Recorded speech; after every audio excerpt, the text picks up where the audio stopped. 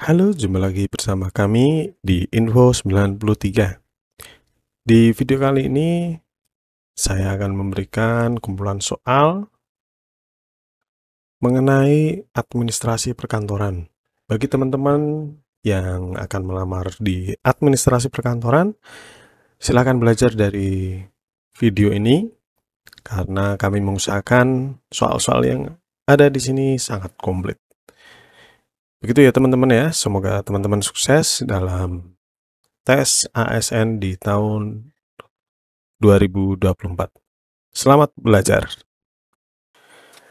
Apa yang dimaksud dengan surat menurut Dr. Andes Saiman di tahun 2002? A. Komunikasi tertulis yang ditujukan kepada pihak lain untuk menyampaikan informasi dengan menggunakan kata-kata yang bersifat umum dan jelas. B. Media komunikasi yang digunakan untuk menyampaikan pesan secara lisan kepada pihak lain. C. Alat komunikasi yang hanya digunakan dalam lingkungan internal suatu organisasi. D. Dokumen resmi yang hanya digunakan untuk keperluan kedinasan. E. Media yang digunakan untuk menyampaikan informasi melalui internet. Jawabannya adalah A. Komunikasi tertulis yang ditujukan kepada pihak lain untuk menyampaikan informasi dengan menggunakan kata-kata yang bersifat umum dan jelas.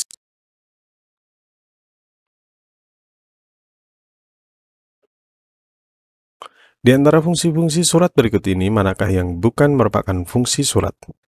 A. Alat bukti tertulis. B. Alat pengingat. C. Bukti historis. D. Alat komunikasi digital. E. Duta organisasi. Jawabannya adalah D. Alat komunikasi digital.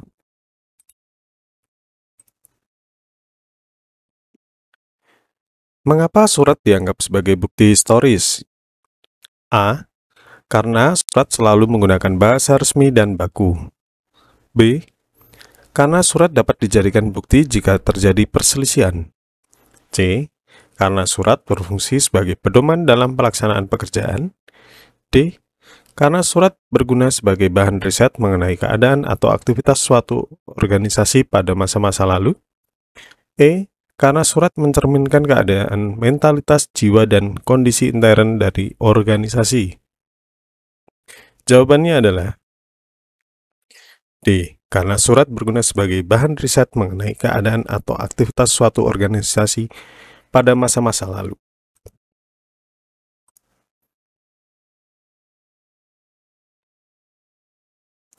Apa perbedaan utama antara korespondensi eksternal dan internal menurut Bratawijaya? A.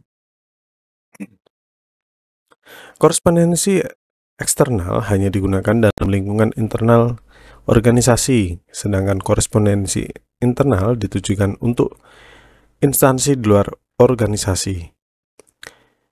B. Korespondensi eksternal melibatkan surat menyurat dengan pihak di luar instansi, sedangkan korespondensi internal digunakan dalam lingkungan sendiri termasuk antar kantor pusat dengan cabang-cabangnya atau kantor daerah. C. Korespondensi eksternal hanya digunakan untuk keperluan pribadi, sedangkan korespondensi internal hanya digunakan untuk keperluan kedinasan. D. Korespondensi eksternal selalu menggunakan media digital, sedangkan korespondensi internal selalu menggunakan media kertas. E. Korespondensi eksternal tidak diakui sebagai alat bukti tertulis, sedangkan korespondensi internal diakui sebagai alat bukti tertulis. Jawabannya adalah B. Korespondensi eksternal melibatkan surat menyurat dengan pihak di luar instansi, sedangkan korespondensi internal digunakan dalam lingkungan sendiri, termasuk antar kantor pusat dengan cabang-cabangnya atau kantor daerah.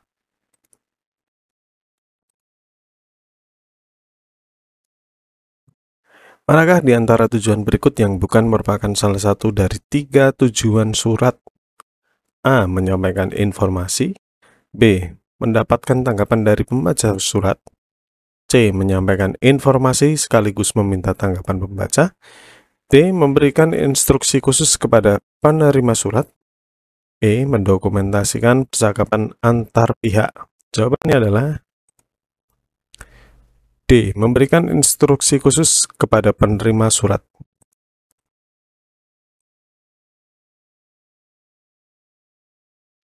Apa yang membedakan warkat pos dengan surat bersampul? A. Warkat pos digunakan untuk pesan singkat, sedangkan surat bersampul untuk pesan panjang. B. Warkat pos adalah gabungan kertas surat dan amplop, sedangkan surat bersampul terdiri atas kertas surat dan sampul terpisah. C. Warkat pos hanya digunakan dalam internal organisasi, sedangkan surat bersampul untuk korespondensi eksternal. D. Warkat pos berukuran kecil, sedangkan surat bersampul berukuran besar. E. Warkat pos dikeluarkan oleh PT Pos Indonesia, sedangkan surat bersampul tidak. Jawabannya adalah E. Warkat pos hanya adalah gabungan kertas surat dan amplop, sedangkan surat bersampul terdiri atas kertas surat dan sampul terpisah.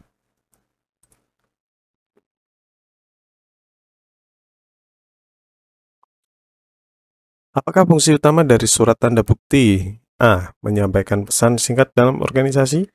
B. Menyampaikan informasi dari pimpinan kepada staf. C. Menyampaikan pesan dari jarak jauh sehingga cepat. D. Mengakui sah suatu pembayaran antara satu pihak kepada pihak lain. E. Menjaga kerahasiaan pesan yang disampaikan. Jawabannya adalah mengakui sah suatu pembayaran antara satu pihak kepada pihak yang lain.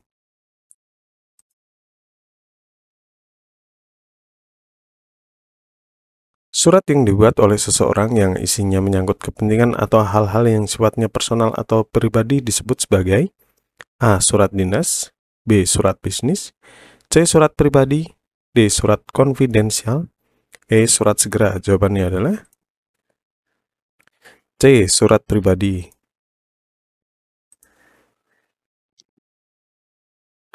Apa yang membedakan surat dinas dengan surat bisnis? A. Surat dinas berisi kepentingan tugas dan kegiatan dinas instansi pemerintah, sementara surat bisnis digunakan oleh badan yang menyelenggarakan kegiatan bisnis. B. Surat dinas selalu bersifat rahasia, sementara surat bisnis tidak pernah bersifat rahasia. C. Surat dinas tidak memerlukan amplop, sementara surat bisnis selalu menggunakan amplop. D. Surat dinas ditujukan untuk individu, sedangkan surat bisnis hanya untuk instansi. E. Surat dinas dan surat bisnis memiliki format yang sama. Jawabannya adalah A. Surat dinas berisi kepentingan tugas dan kegiatan dinas instansi pemerintah, sementara surat bisnis digunakan oleh badan yang menyelenggarakan kegiatan bisnis. Manakah di antara surat-surat berikut yang termasuk dalam kategori surat konfidensial? A. Surat biasa. B. Surat tugas. C. Surat pribadi. D. Surat terbatas untuk kalangan tertentu. E. Surat bisnis. Jawabannya adalah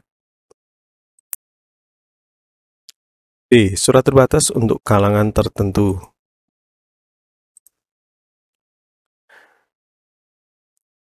Surat yang isinya bersifat rahasia dan harus segera ditangani disebut sebagai A. Surat sangat rahasia.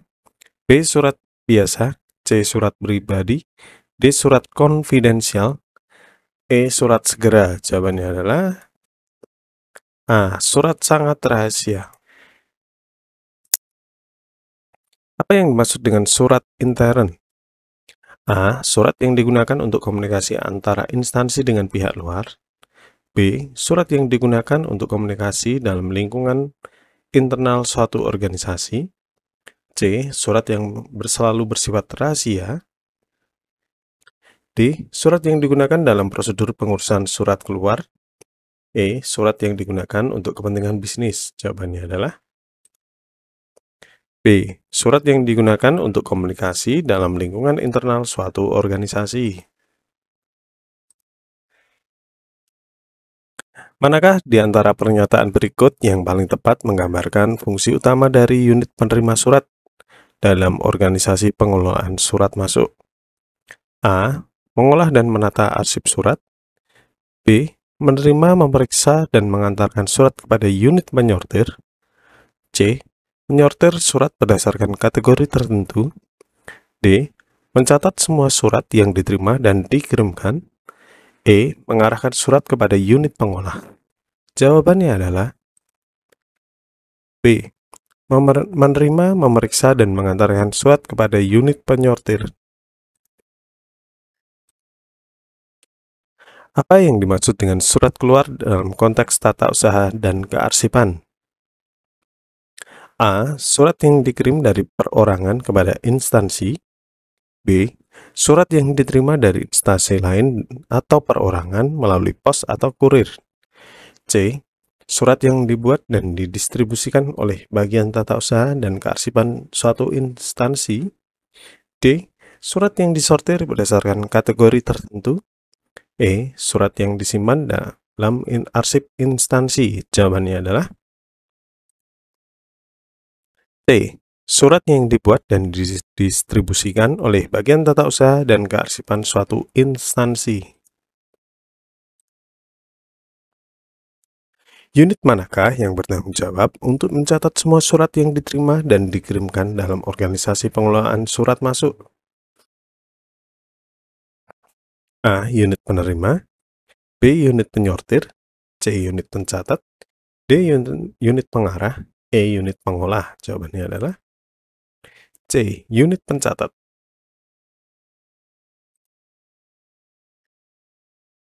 Dalam prosedur pengelolaan surat masuk, setelah surat diterima dan diperiksa oleh unit penerima, langkah selanjutnya adalah A. Menyortir surat berdasarkan kategori tertentu. B. Mencatat surat dalam buku ekspedisi. C. Mengarahkan surat kepada unit pengolah. D. Menyimpan surat dalam arsip instansi. E. Mengantarkan surat kepada unit penyortir. Jawabannya adalah E. Mengantarkan surat kepada unit penyortir. Apa tujuan utama dari prosedur pengelolaan surat masuk dan surat keluar yang dilakukan secara tertata dan berurutan? A. Untuk memastikan semua surat bersifat rahasia. B. Untuk mempermudah pengarsipan surat. C. Untuk menghindari hilangnya surat. D. Untuk memperlancar administrasi instansi tersebut. E. Untuk mencatat semua surat yang diterima dan dikirimkan. Jawabannya adalah D. Untuk memperlancar administrasi instansi tersebut. Unit manakah yang bertanggung jawab untuk mengelompokkan surat ke dalam kelompok surat dinas dan surat pribadi? A. Unit penerima. B. Unit penyortir. C. Unit pencatat. D. Unit pengarah. E. Unit pengolah. Jawabannya adalah B. Unit penyortir. Tugas utama dari unit pencatat surat meliputi A. Menerima surat dan memeriksa jumlah dan alamat surat. B. Mencatat surat pada lembar pengantar surat dan kartu kendali. C. Mengelompokkan surat ke dalam kelompok surat dinas dan surat pribadi. D. Meneliti surat berikut lampirannya. E. Mengirim surat dalam keadaan terbuka. Jawabannya adalah D. Mencatat surat pada lembar pengantar surat dan kartu kendali. Apakah tugas utama dari unit pengarah surat? A. Mengelompokkan surat berdasarkan klasifikasi surat. B. Menyampaikan surat-surat kepada unit pengolah menggunakan buku pengiriman surat. C. Mencatat surat pada lembar pengantar dan kartu kendali. D. Mengolah lebih lanjut surat-surat yang diterima. E. Menyimpan surat-surat yang telah selesai diolah. Jawabannya adalah B. Menyampaikan surat-surat kepada unit pengolah menggunakan buku pengiriman surat. Dalam prosedur pengelolaan surat, unit manakah yang bertanggung jawab untuk memproses atau mengolah lebih lanjut surat-surat yang diterima? A. Unit penerima. B. Unit penyortir. C. Unit pencatat. D. Unit pengarah. E. Unit pengolah. Jawabannya adalah E. Unit pengolah. Setelah surat-surat selesai diolah, unit manakah yang bertugas menyimpan surat-surat tersebut dengan menggunakan sistem kearsipan yang telah dibakukan oleh organisasi? A. Unit penerima. B. Unit penyortir, C. Unit pencatat, D. Unit pengarah, E. Unit penata arsip. Jawabannya adalah E. Unit penata arsip. Prosedur pencatatan dan pendistribusian surat yang menggunakan buku agenda dan buku ekspedisi sebagai tanda bukti penerimaan, pengiriman, atau pendistribusian surat atau barang disebut A. Prosedur tata naskah, B. Prosedur buku agenda, C. Prosedur kartu kendali, D. Prosedur ekspedisi surat, E. Prosedur surat masuk. Jawabannya adalah B. Prosedur buku agenda. Apa yang dimaksud dengan prosedur kartu kendali dalam pencatatan dan pendistribusian surat? A. Pencatatan surat secara manual dalam buku agenda. B. Pengelolaan surat secara elektronik. C. Prosedur pencatatan dan pengendalian surat sehingga surat dapat dikontrol sejak masuk sampai disimpan. D. Penataan naskah secara kronologis dalam suatu berkas.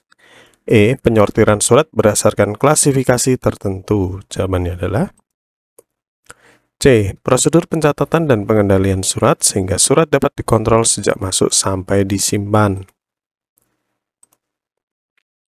Dalam prosedur pengelolaan surat masuk, setelah unit meneruskan surat kepada unit penyortir, langkah selanjutnya adalah A. Mencatat surat dalam buku agenda. B. Membuka surat dan meneruskan kepada unit pencatat surat. C. Mengelompokkan surat berdasarkan kategori tertentu. D. Mengarsipkan surat sesuai dengan sistem kearsipan. E. Menyiapkan kartu kendali rangkap 3. Jawabannya adalah B. Membuka surat dan meneruskan kepada unit pencatat surat. Tugas unit pengarah dalam prosedur pengelolaan surat masuk mencakup A. Menerima dan mengolah surat. B. Menyimpan surat dalam arsip. C. Menerima dan meneliti surat yang telah dilampiri kartu kendali untuk diarahkan kepada unit pengolah.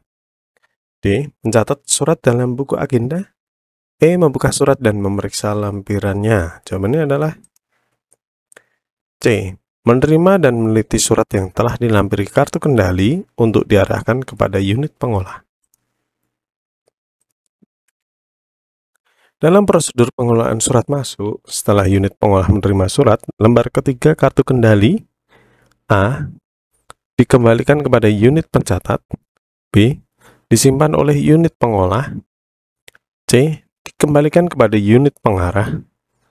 D. Dikirimkan kepada unit penata arsip. E. Disimpan oleh unit penyortir. Jawabannya adalah B. Disimpan oleh unit pengolah. Siapakah yang bertanggung jawab untuk membuat konsep surat keluar dalam suatu instansi? A. Satuan Kerja Tata Usaha. B. Satuan Kerja Pengolah. C. Sekretariat. D. Pejabat atau pimpinan. E. Penata arsip. Jawabannya adalah B. Satuan Kerja Pengolah. Setelah surat dinas selesai diketik oleh Satuan Kerja Pengolah, langkah selanjutnya dalam proses pengelolaan surat keluar adalah surat diserahkan kepada Satuan Kerja Tata Usaha atau sekretariat untuk dicatat dan diproses lebih lanjut. B. Surat langsung dikirim ke alamat tujuan.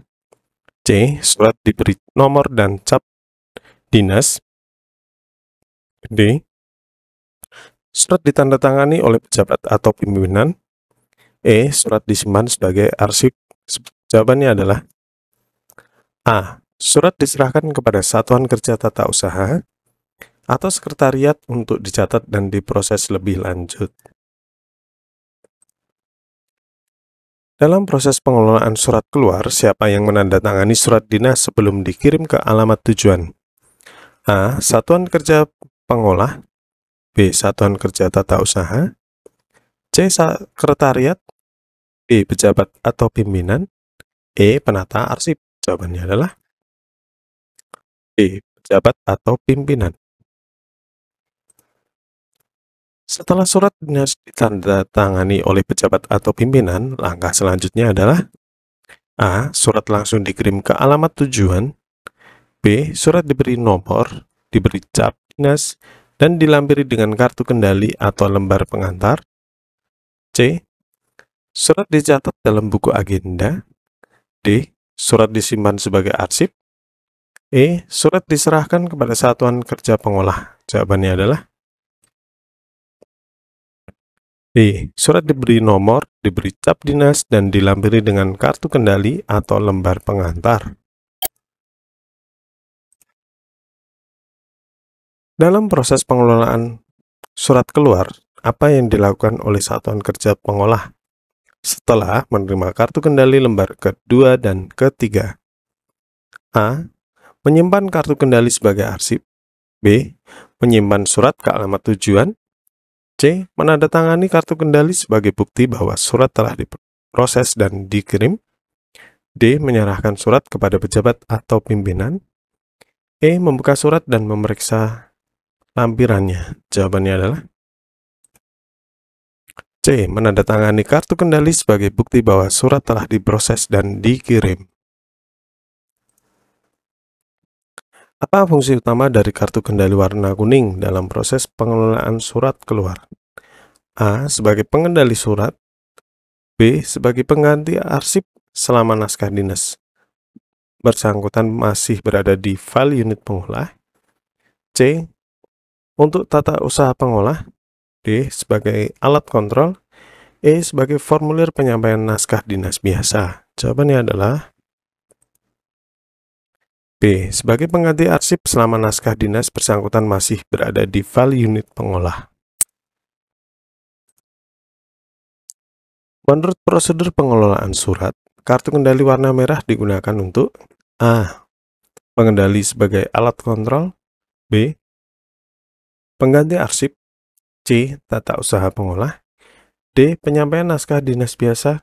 E. Inventarisasi jumlah naskah dinas. Jawabannya adalah C. Tata usaha pengolah. Nomor urut pada kartu kendali digunakan untuk A. Menyampaikan naskah dinas biasa. B. Sebagai alat kontrol. C. Tanda pengenal komponen. D. Inventarisasi jumlah naskah dinas. E. Menuliskan disposisi. Jawabannya adalah D. Inventarisasi jumlah naskah dinas. Lembar disposisi pada kartu kendali berfungsi untuk A. Menuliskan disposisi. B. Menyampaikan naskah dinas biasa.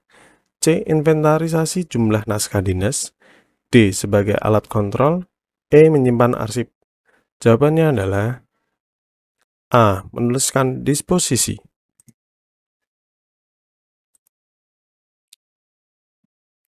Daftar pengendali digunakan untuk A. Menuliskan disposisi. B. Inventarisir naskah dinas masuk dan keluar sekaligus sebagai alat kontrol. C. Tanda pengenal komponen. D. Pengganti arsip. E. Menyampaikan naskah dinas biasa. Jawabannya adalah B. Inventarisir naskah dinas masuk dan keluar sekaligus sebagai alat kontrol. Apa fungsi utama dari klasifikasi dalam pengelolaan naskah dinas? A. Menentukan tanda pengenal naskah dinas. B. Menggolongkan naskah dinas berdasarkan urutan kronologis. C. Menggolongkan naskah dinas berdasarkan masalah yang termuat di dalamnya. D. Menyimpan naskah dinas berdasarkan abjad. E. Menentukan tanda pengganti masalah. Jawabannya adalah C. Menggolongkan naskah dinas berdasarkan masalah yang termuat di dalamnya. Indeks dalam konteks pengelolaan naskah dinas adalah A. Tanda pengganti masalah. B. Kata tangkap yang dijadikan petunjuk dan tanda pengenal untuk memudahkan penemuan kembali arsip. C. Kode pengganti untuk menyimpan arsip. D. Urutan berkas berdasarkan kronologi. E. File arsip yang mengandung masalah tertentu. Jawabannya adalah B. Kata tangkap yang dijadikan petunjuk dan tanda pengenal untuk memudahkan penemuan kembali arsip. Apa yang dimaksud dengan kode dalam pengelolaan naskah dinas? A. Ciri atau tanda dari naskah dinas. B. Berkas yang merupakan kesatuan arsip. C. Tanda pengganti masalah seperti yang tercantum dalam pola klasifikasi. D. Urutan nomor arsip. E. Pola pengaturan naskah dinas. Jawabannya adalah C. Tanda pengganti masalah seperti yang tercantum dalam pola klasifikasi. File dalam konteks pengelolaan naskah dinas adalah A. Tanda pengganti masalah. B. Kata tangkap yang dijadikan petunjuk. C. Berkas yang merupakan suatu kesatuan arsip yang mengandung masalah tertentu dan disusun berdasarkan pola klasifikasi. D. Urutan naskah dinas berdasarkan abjad. E. Daftar inventaris naskah dinas. Jawabannya adalah C. Berkas yang merupakan suatu kesatuan arsip yang mengandung masalah tertentu dan disusun berdasarkan pola klasifikasi. Oke teman-teman, itu dia kumpulan soal administrasi perkantoran bagian yang pertama atau part 1. Nanti ada part berikutnya dengan soal yang berbeda yang pastinya kami sesuaikan dengan kisi-kisi administrasi perkantoran yang digunakan dalam tes ASN di tahun 2024 ini. Jangan lupa untuk mempelajari video-video yang lainnya dan diulang terus sampai teman-teman bisa memahaminya. Oke teman-teman, semoga sukses dalam tes ASN 2024. Semangat!